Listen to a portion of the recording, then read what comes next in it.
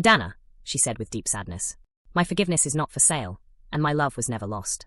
The problem is you turned our relationship into a business transaction the day you decided I was only valuable when I was useful to you. Emeka, seeing he was losing control, tried one last desperate approach. Mama Adana, if you do not help us, the children are going to suffer. They're going to lose everything. They're going to live in poverty. Can you really sleep peacefully, knowing your own grandchildren are suffering? His final appeal was the card he had saved for the last moment. Guilt related to the children's well-being. It was a calculated strategy to touch the most sensitive nerve of any grandmother. Emeka, she replied with unexpected serenity. The children are going to suffer because of the irresponsible decisions of their parents, not because of my refusal to rescue you from the consequences of those decisions. You created this crisis, not me. Adana began to cry again, but this time her tears seemed to come from a deeper understanding of what she had truly lost over all these years. The children are going to suffer, Mama Adana continued, feeling each word hang in the air like a final judgment. But they are going to suffer the consequences of having parents who prioritized pride over family love, who chose control over connection, who considered money more important than relationships. Adana completely collapsed onto the cushion, sobbing with an intensity that would have broken Mama Adana's heart years ago. But the heart that beat in her chest now had been forged in the fire of 14 years of abandonment and had emerged stronger, wiser, more selective.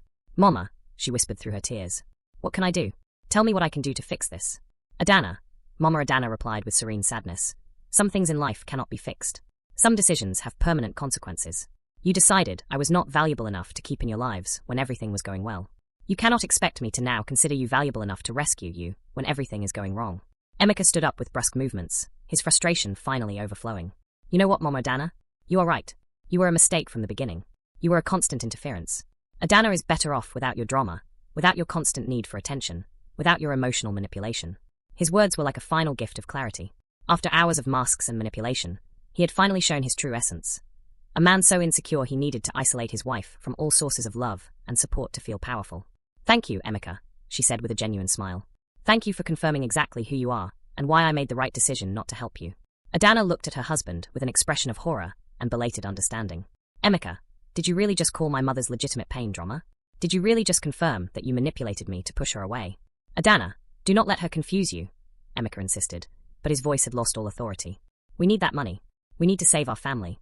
Your family, Mama Adana said, walking toward the front door, was destroyed 14 years ago when you decided that a loving mother-in-law was more dangerous than emotional bankruptcy. Now you are reaping what you sowed. Adana stood up, staggering, following her to the door with uncertain steps. Mama, please. I swear if you help us now, everything will be different. I will be different. I will set boundaries with Emeka. I will defend our relationship. Adana, Mama Adana said, placing her hand on the door handle. You are promising to be different under extreme financial pressure. You are promising changes you have not managed to make in 14 years of marriage. Why should I believe that this crisis will magically turn you into a better person? Emeka approached, adopting a more aggressive stance. Mama Adana, you are going to regret this decision. We are going to tell the whole town how you abandoned your own family in their time of need. We are going to make sure everyone knows what kind of mother you really are. His threat was so predictable, it almost made her laugh. It was the last desperate card of a manipulator who had lost all his power. The threat to destroy her social reputation. Emeka, she replied with a calm that visibly disarmed him. The town already knows exactly what kind of mother I am. They know that for 14 years, I worked until exhaustion selling Accra to survive.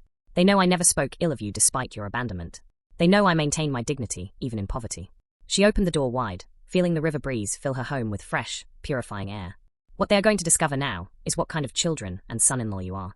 They are going to discover how you treated a loving mother for 14 years, and how you only showed up at her door when you needed money. Adana stopped at the threshold, turning to look at her one last time. In her eyes, Mama Adana saw something she had not seen in years. Respect mixed with pain, with regret, with belated understanding of what she had lost. Mama, she murmured, I hope one day you can forgive us. I hope one day we can find a way to heal all this damage. Adana, Mama Adana replied with sadness that spanned decades of pain. Forgiveness is not about forgetting the past. It is about freeing yourself from the weight of resentment. I've already freed myself. What you need is not my forgiveness. You need to learn to live with the consequences of your decisions. Emeka left first, clearly furious and defeated. Adana followed him slowly, turning back several times as if she wanted to say something more, but the words never came. Mama Adana watched them walk to their old, battered car, their small figures against the backdrop of the infinite river. After 14 years, they had finally left her life in the same way they had entered it, seeking something for themselves without offering anything genuine in return. She closed the door gently and returned to her parlor where the silence felt like a blessing. No shouting, no manipulation, no emotional drama, just peace. She poured herself a glass of pom, wine she had been saving, and went out to her terrace. The The sun was beginning to set, painting the sky in shades of orange and purple that reflected on the calm water. Her phone rang. It was Mama Chidi. How did it go with the unexpected visitors? She asked with the wisdom of someone who had been through similar experiences. Exactly as we expected, Mama Adana replied, taking a sip of wine and feeling peace settle into her bones. They came for money, not for love. They confirmed everything we already knew about them. And how do you feel? Mama Adana reflected on the question as she watched birds glide gracefully over the water. I feel free, Mama Chidi. I feel completely, absolutely free. But the story did not end there. 2 weeks later, something unexpected happened. Mama Adana was in her garden when she heard voices at her gate. She walked slowly to the entrance, expecting perhaps Mama Chidi or one of the other women from their group. Instead, she found 4 children standing there, 3 girls and a boy, ranging from about 6 to 12 years old. They stood together uncertainly, the oldest girl holding the youngest one's hand. Their clothes were clean but worn, their faces a mixture of curiosity and nervousness. Behind them, partially hidden by the gate post, was Adana. But this time she was alone. No Emeka, and she was not trying to come in. Mama, Adana called out softly.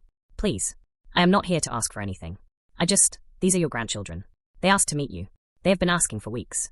I told them the truth about everything, about what we did, about how we treated you. The oldest one, Chisholm, she said, Mama, that was wicked.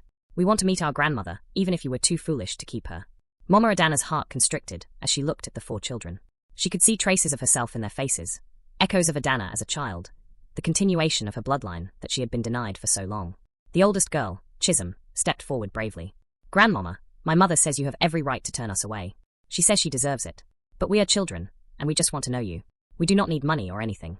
We just want to know what our grandmother is like. Mama Adana felt tears sting her eyes for the first time that day. These children were innocent. They had committed no crime except being born into a broken situation. Mama, Adana continued, her voice breaking, I have left Emeka. I took the children, and we are staying with my friend from work. He fought me when I said I wanted to bring them to meet you. He said you did not deserve it, that you refused to help us. That was when I finally saw clearly who he really was.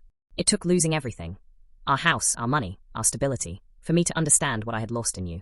Mama Adana stood at her gate, looking at her daughter and grandchildren, feeling the weight of 14 years between them. Part of her wanted to slam the gate shut, to protect her hard-won peace. But another part, the part that was still a mother and now, looking at these children, a grandmother, felt something shift. Adana, she said quietly, I told you I would not rescue you from the consequences of your decisions. I stand by that. But these children, she looked at the 4 young faces, watching her hopefully. These children are not their parents' mistakes. She opened the gate wider. You may come in, all of you. But understand this. If you have come with expectations of money or rescue, you will be disappointed. If you have come seeking relationship, that is something we can talk about. It will not be easy. It will not be quick. Trust takes longer to build than it does to destroy. The children rushed forward, and before Mama Adana could prepare herself, she was surrounded by 4 pairs of arms hugging her, for voices saying grandmama for the first time. Adana stood at a distance, tears streaming down her face, making no move to join them. You can come in too, Adana, Mama Adana said quietly. But sit on that bench by the door. We have much to discuss, and most of it will not be comfortable for you. As Mama Adana led her grandchildren into her house, showing them the river, listening to their excited chatter, she realized something profound. Forgiveness was not about pretending the past did not happen. It was not about rescuing people from consequences they had earned. But it could be about allowing space for new relationships to form, about not punishing innocent children for their parents' failures. That evening, as the children played by the river under her watchful eye, and Adana sat quietly on the bench learning what it meant to be truly humbled, Mama Adana understood that strength was not just in walking away from toxicity. Sometimes, it was in setting firm boundaries while still leaving a carefully guarded door open. Not for those who had hurt you to waltz back into your life, but for healing to possibly, slowly, painfully begin. The road ahead would not be easy. She would maintain her boundaries. She would not become their financial solution. But perhaps, just perhaps, she could know her grandchildren. And perhaps, in time and with much work, Adana might become the daughter and woman she should have been all along. But that was not Mama Adana's work to do. It was Adana's. And this time, Mama Adana would watch from a distance, protect her peace fiercely, and only allow in her life what added value rather than what drained it. 3 months later, news spread through the village that shocked everyone. Emeka had been arrested. It turned out his business had not simply failed. He had been involved in fraud, taking loans from multiple people under false pretenses. The money he had stolen had been spent on a secret second wife in another town, a woman he had been supporting for 5 years. When the truth came out, Adana wept bitterly. Not for Emeka, but for the years she had wasted believing his lies, for the mother she had abandoned for a man who had never been worthy. By then, Adana had found work as a clerk in a small office. The pay was modest, but she was learning to stand on her own feet. She visited Mama Adana once a week, always bringing the children, never asking for money, always respectful of the boundaries her mother had set. Slowly, painfully, Something like relationship was beginning to form again. But it would never be what it was. Trust, once shattered, could perhaps be rebuilt, but it would always bear the cracks of what had been broken. And Mama Adana? She continued to live her life of peace by the river, helping other abandoned women, enjoying her grandchildren in careful dozes, and protecting fiercely the independence she had fought so hard to achieve. She had learned the most important lesson of all. Your value does not decrease based on someone's inability to see your worth. And sometimes, the greatest act of love is refusing to sacrifice yourself on the altar of someone else's selfishness. The moral: my children, this story teaches us many things. Blood may be thicker than water, but character is thicker than blood. When people show you who they truly are, not through words, but through sustained actions, believe them. And know this: a parent who allows themselves to be abused for the sake of family is not teaching their children love. They are teaching them that love means allowing yourself to be disrespected. Forgiveness does not mean forgetting. Forgiveness does not mean removing consequences. Forgiveness does not mean opening your door wide to those who showed they had no problem throwing you out of theirs. And remember, when someone only seeks you when they need something, they do not seek you. They seek what you can do for them. That is not love. That is transaction. Protect your peace. Guard your heart. And never, ever apologize for refusing to fund your own disrespect. NKE Buisi Okwu. This is the whole matter.